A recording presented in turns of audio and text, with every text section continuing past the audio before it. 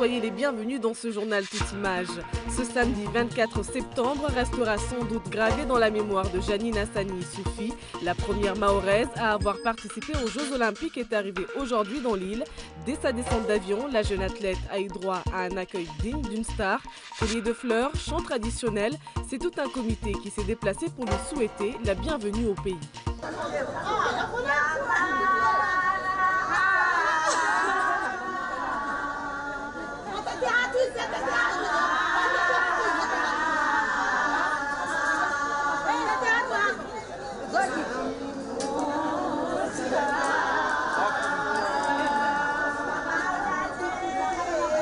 Elle n'a pas pu retenir ses larmes à son arrivée. Janine Hassani Issouf est émue et surprise de l'accueil qui lui est réservé. Je ne m'attendais pas à tout ça, on m'avait dit que je serais attendue, mais à ce point-là, je ne m'imaginais pas. Ça me fait chaud au cœur, vraiment. Je remercie vraiment tous les gens qui sont venus me voir à mon atterrissage. L'athlète et ses proches se dirigent à Pamandzi, où une réception est donnée à son honneur. Mais avant, une prière est faite pour la bénir.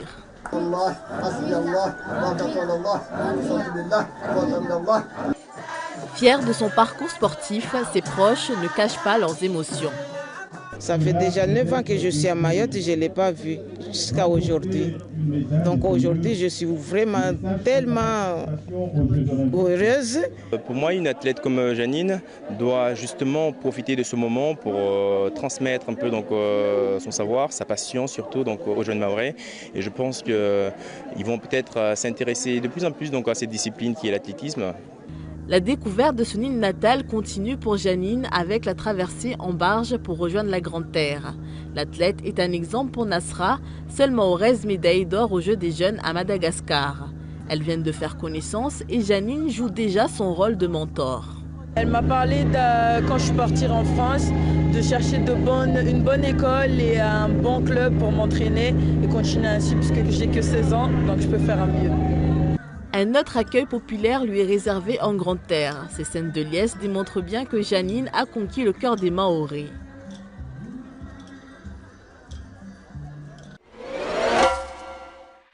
Il n'est jamais de trop de rappeler les bonnes habitudes à adopter pour préserver le lagon. Les naturalistes de Mayotte ont organisé ce matin une conférence à la salle de cinéma Alpadio. Il était question surtout de comprendre le processus de destruction des coraux notamment, ainsi que les conséquences.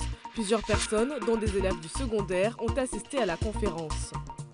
Un milieu maritime qui se dégrade à une vitesse surprenante. Ce constat affligeant est dressé par un professeur de biologie qui souhaite alerter les Mahorais sur les conséquences de la disparition de leur lagon. Mayotte sans lagon, c'est quoi la conséquence ? Mayotte sans argent plus tard, tout simplement. Mayotte assistée, l'assistanat total par rapport à la France. Et c'est dommage parce que Mayotte, c'est un bijou. Moi, j'ai fait beaucoup de plongées sous-marines dans ma vie et c'est un bijou.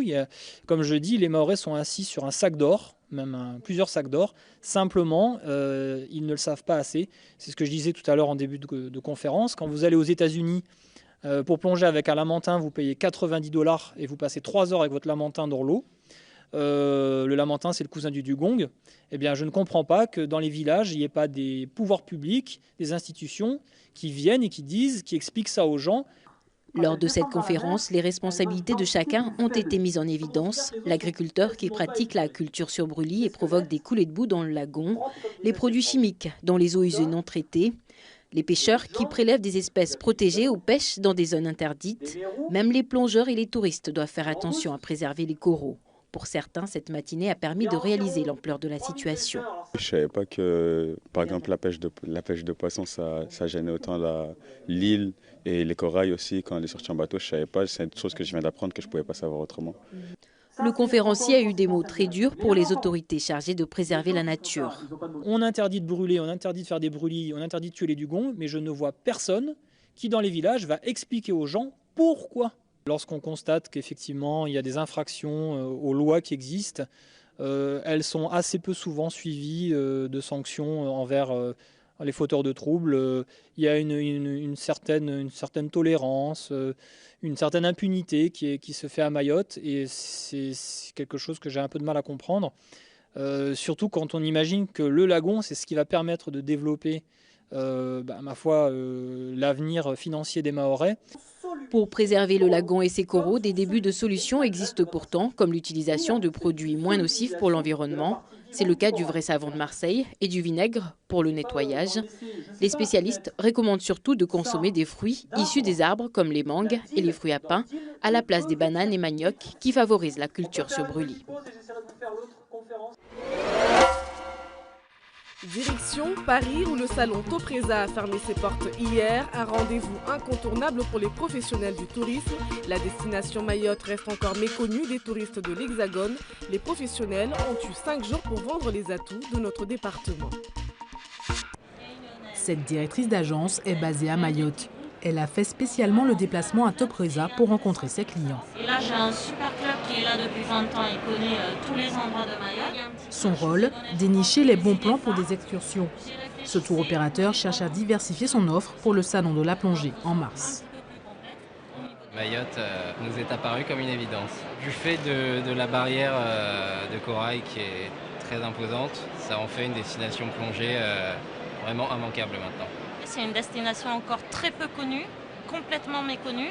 Et l'intérêt de faire ces salons, c'est de présenter Mayotte pour que chacun, ensuite des professionnels, soit en mesure de grosso modo comprendre ce qu'est le produit Mayotte.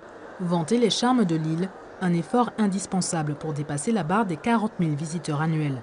Or, de nombreux handicaps restent à surmonter, parmi eux l'image véhiculée par les médias nationaux. Sans que ça soit un reproche, il ne faudrait pas qu'à chaque fois qu'on parle de Mayotte, notamment sur le plan national, que ça soit juste quand il y a des ébullitions, juste quand il y a des grèves, juste quand il y a des décasages. Mais l'île mériterait qu'on parle d'elle aussi bien sur ses aspects positifs et notamment par rapport à cette culture sur laquelle j'insiste beaucoup. Autre frein, la carence en structure hôtelière. Je compte beaucoup l'État, la collectivité, parce que nous sommes, la collectivité et l'État, ce sont deux entités qui détiennent le foncier sur notre île. Donc à travers ces deux entités, j'espère que nous pouvons dégager des structures hôtelières. Parce que là, effectivement, 1000 lits, ce n'est pas suffisant. Je dirais que c'est très peu nombreux pour pouvoir accueillir le monde touristique.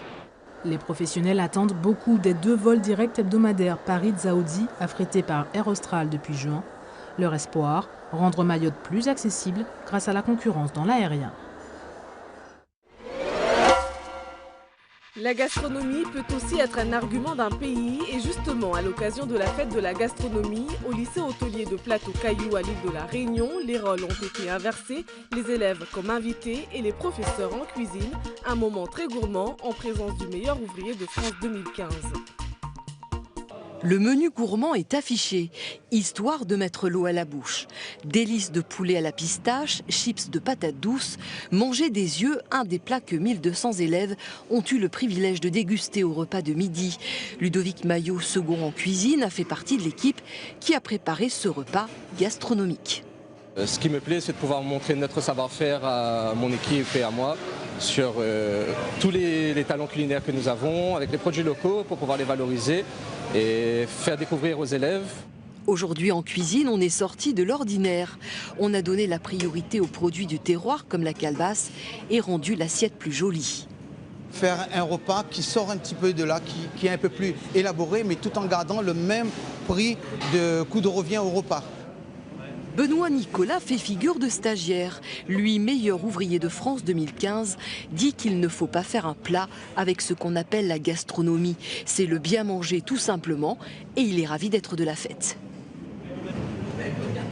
Avoir des professionnels qui ont vraiment aussi l'amour de la cuisine et avoir, voilà, moi je l'ai vu faire son riz, il a mis autant de passion et d'envie sur cette grande quantité qu'un cuisinier qui est là et qui fait son petit service. Lundi, la fête de la gastronomie s'achèvera par l'élection du meilleur espoir de la cuisine de l'océan Indien. Ils seront 6.